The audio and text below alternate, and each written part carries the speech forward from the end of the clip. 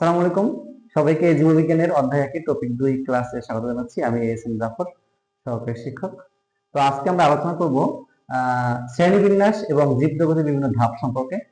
তো শ্রেণীবিন্যাস হচ্ছে সুইডিশ প্রকৃতিবিজ্ঞানী ক্যারোলাস লিনিয়াস 1735 সালে এই শ্রেণীবিন্যাস পদ্ধতি প্রবর্তন করেন।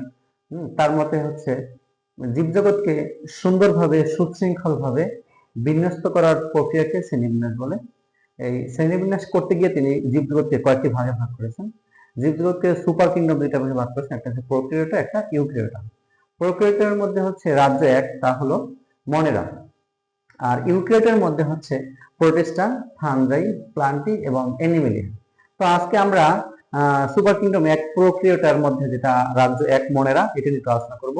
মনেরা হচ্ছে এরা এককোষী ফিলামেন্টাস, কলোনিয়াল এবং মাইসেলিয়াল, এবং এদের হচ্ছে প্লাস্টিড, মাইটোকন্ড্রিয়া, এন্ডোপ্লাজমিক জালিকা এগুলো কিছুই নেই।